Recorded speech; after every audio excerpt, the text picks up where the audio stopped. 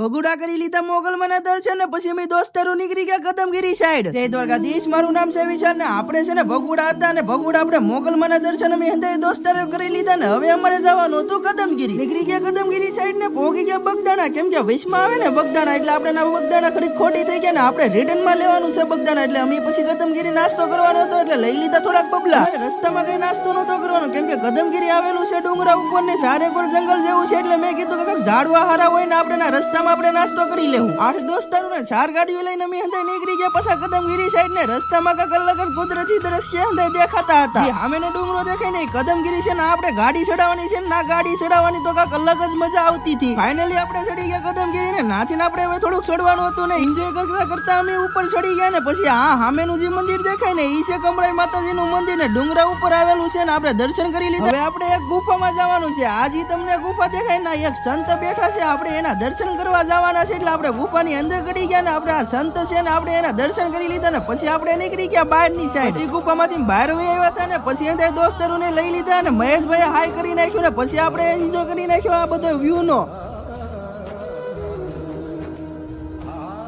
દર્શન કરી લીધા ને વ્યૂ નો એન્જોય કરી લીધો પછી નીચે પહોંચ્યા તો હજી જમવાનું ચાલુ હતા ને વાગી ગયા છે ને તોય કદમગીરી હજી જમવાનું ચાલુ જ હોય. આપણે જમી લીધા ને કાલનો મિની બ્લોગ બગદાણાનો આવશે.